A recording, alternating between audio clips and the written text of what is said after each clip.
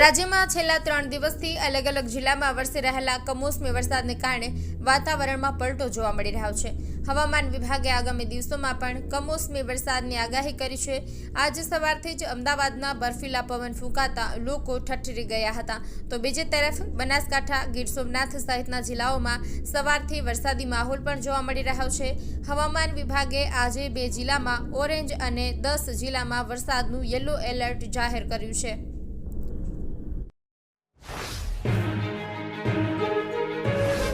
Ahmedabad municipal કોર્પોરેશનમાં ફરજ બજાવનારા 6 assistant municipal કમિશનરોને municipal commissioner દ્વારા બદલી કરી દેવામાં આવી છે, જેમાં 3 અધિકારીઓને અગાઉ જે ઝોન અને સબ ઝોનમાં ફરજ બજાવતા હતા ત્યાં પણ પરત મૂકવામાં આવ્યા છે, જ્યારે કોર્પોરેશનના આરોગ્ય વિભાગના ઇન્ચાર્જ આરોગ્ય અધિકારીઓને અલગ અલગ વિભાગની કામગીરી વહેંચી દેવામાં આવી છે। એક બાદ એક અચાનક જ આસિસ્ટન્ટ મ્યુનિસિપલ કમિશનરો અને આરોગ્ય વિભાગમાં ફેરફારો કરવામાં આવતા એએમસી અધિકારીઓને કર્મચારીઓમાં પણ ચર્ચાનો વિષય બન્યો છે।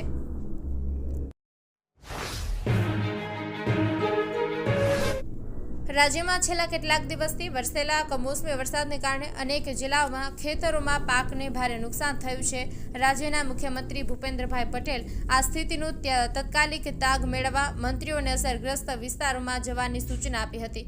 મુખ્યમંત્રીના આ નિર્દેશ બાદ મંત્રીઓએ મેદાનમાં ઉતરી ખેડૂતોની વચ્ચે પહોંચી અને તેમની વેદના સાંભળીને સ્થિતિની સમીક્ષા કરી હતી। આજે મળેલી કેબિનેટ બેઠકમાં સર્વેને મંજૂરી અપાઈ છે। હવે ગ્રામસેવકો અસરગ્રસ્ત જિલ્લાઓમાં નુકસાનીનો સર્વે કરશે। સર્વે બાદ રિપોર્ટ આપવા આદેશ કર્યો છે। 1 અઠવાડિયામાં સર્વેની કામગીરી કરાશે। ગાંધીનગરના ગિયોડ ગામમાં છેલ્લા કેટલાક મહિનાઓથી પંચાયત અને સ્થાનિક તંત્ર દ્વારા ગામના વિકાસ માટે વિવિધ શેરીઓમાં રોડ અને બ્લોક નાખવાની કામગીરી પૂરજોશમાં ચાલી રહી છે। આ કામગીરીથી ગામનો દેખાવ સુધર્યો છે અને ગામ શહેર જેવું દેખાવું શરૂ થઈ ગયું છે, પરંતુ વિકાસની હરણફાળ ગ્રામજનો માટે મોટી આફત લઈને આવી છે। રોડ અને બ્લોકનું કામ પૂરું થયા બાદ કે ચાલુ કામગીરી દરમિયાન પણ પાણીના નિકાલની યોગ્ય વ્યવસ્થા ન થવાને કારણે આજે સમગ્ર ગામ જળબંબાકારની સ્થિતિમાં મુકાયું છે।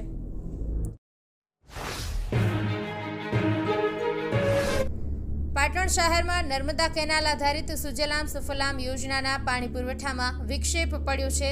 ખોરસમ પમ્પિંગ સ્ટેશન આગળ નર્મદા કેનાલનો મુખ્ય વાલ્વ તૂટી જવાના કારણે સીધી સરોવરમાં પાણી આવતું બંધ થઈ ગયું છે। આ પરિસ્થિતિને કારણે આગામી 2 દિવસ સુધી શહેરના લોકોને એક ટાઈમ જ પાણી આપવામાં આવશે।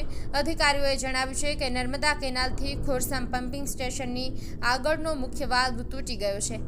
આ તકનીકી ખામીના કારણે ખોરસમ કેનાલમાંથી નર્મદાનું પાણી સીધી સરોવરમાં આવતું હાલમાં બંધ થઈ ગયું છે, જેનાથી શહેરના પાણી પુરવઠા પર સીધી અસર પડી છે।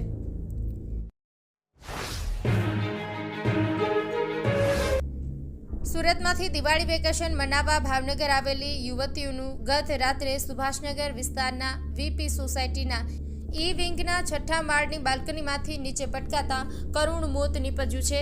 ઈજાગ્રસ્ત યુવતીને હોસ્પિટલમાં ખસેડાતા યુવતીનું સારવાર દરમિયાન મોત થયું હતું। આ ઘટના પાર્કિંગ વિસ્તારના સીસીટીવી કેમેરામાં કેદ થઈને વાયરલ થઈ છે, જેના કારણે પોલીસે આ શંકાસ્પદ ઘટના અકસ્માત છે કે આત્મહત્યા જાણવા તપાસ શરૂ કરી છે।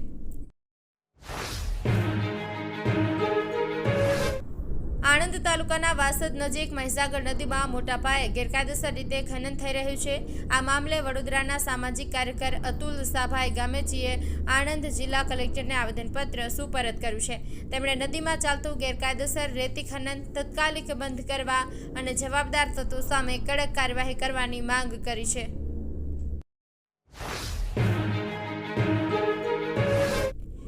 બરવાડા શહેરમાં અમદાવાદ ભાવનગર હાઈવે પર કપાસ ભરેલો એક ટ્રક પલટી ગયો હતો। સદનસીબે આ દુર્ઘટનામાં કોઈ જાનહાનિ થઈ નથી। આ ઘટના બરવાડામાં દર્શન હોટેલ નજીક બની હતી। ટ્રક ચાલકે સ્ટીયરિંગ પરથી કાબુ ગુમાવતા ટ્રક રોડ પર પલટી ખાઈ ગયો હતો। જે સ્થળે આ દુર્ઘટના બની ત્યાં હાઈવે રોડની સાઈડનું કામ ચાલી રહ્યું હતું। રાજકોટ શહેરમાં આગ લાગવાની ઘટનાઓ સતત વધી રહી છે, ત્યારે ફરી એકવાર મોડી રાત્રે આગની વધુ એક મોટી ઘટના સામે આવી છે, જેમાં શહેરના આનંદ બંગલા ચોક નજીક આવેલી વિરલ નમકીન નામની દુકાનમાં ગઈકાલે મોડી રાત્રે એક ભીષણ આગ લાગી હતી. જો કે આ અંગેની જાણ થતાં ફાયર વિભાગનો કાફલો સ્થળ પર દોડી આવ્યો હતો. 5 ફાયર ફાઇટરોએ 3 કલાકની જહેમત બાદ આગ પર કાબૂ મેળવ્યો હતો. સદનસીબે આ ઘટનામાં કોઈ જાનહાની થઈ નથી. જો કે સ્થળ પર 17 એલપીજી ગેસ સિલિન્ડર મળી આવતા કબજે કરવામાં આવ્યા છે અને આગ લાગવાના કારણ અંગે તપાસ શરૂ કરવામાં આવી છે.